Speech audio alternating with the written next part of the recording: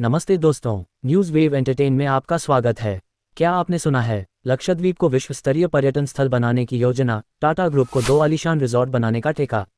रतन टाटा। दोस्तों, जब ये नाम हमारे सामने आता है तो एक ही चीज़ याद आती है, भरोसा। क्योंकि जब भी जरूरत पड़ी है देश को, तब रतन टाटा ने बढ़ चढ़कर अपना हिस्सा लिया है। भले से वहाँ पर नुकसान हो, शायद हम भूल गए, थोड़ा याद करने की कोशिश करते हैं।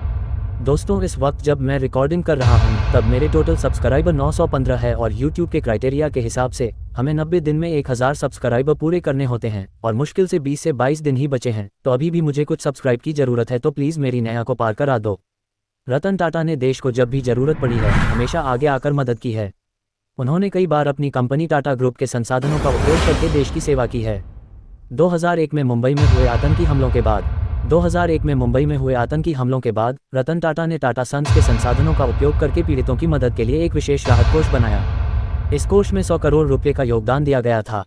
2013 में उत्तराखंड में हुए बाढ़ और भूस्खलन के बाद रतन टाटा ने टाटा सन्स के संसाधनों का उपयोग करके पीड़ितों की मदद के लिए एक विशेष राहत अभियान शुरू किया। इस अभियान में टाटा सन्स के कर्मचारियों और सहयोगियों ने भी हिस्सा लिया। इस अभियान के तहत पीड़ितों को भोजन, पानी, चिकित्सा सहायता और अन्य आवश्यक सामग्री प्रदान की गई। 2020 में कोविड-19 महामारी के दौरान रतन टाटा ने टाटा सन्स के संसाधनों का उपयोग करके महामारी से लड़ने के लिए कई पहल की। इन पहलों में शामिल हैं, टाटा ट्रस्ट ने देश भर के अस्पतालों में 50,000 ऑक्सीजन सिलेंडर दान किए। टाटा स्टील ने देश भर के अस्पतालों और अन्य स्वास्थ्य सुविधाओं के लिए 10,000 PPE किट दान किए। टाटा कंसल्टेंसी सर्विसेज TCS ने सरकार को कोविड-19 महामारी के प्रबंधन में मदद के लिए एक विशेष टीम तैनात की। रतन टाटा के इन प्रयासों के लिए उन्हें कई पुरस्कारों से सम्मानित किया गया है। उन्हें भारत के सर्वोच्च नागरिक सम्मान भारत रत्न से भी सम्मानित किया गया है। रतन टाटा के देश सेवा के लिए उनके योगदान को हमेशा याद रखा जाएगा। वे एक ऐसे व्यक्ति हैं जिन्होंने अपने जीवन को देश और समाज की सेवा के लिए समर्पित कर दिया। भारत सरकार ने लक्षद्वीप को एक विश्व स्तरीय पर्यटन स्थल बनाने की योजना शुरू कर दी है। इस योजना के तहत टाटा ग्रुप को लक्षद्वीप में 2 आलीशान रिजॉर्ट बनाने का ठेका दिया गया है।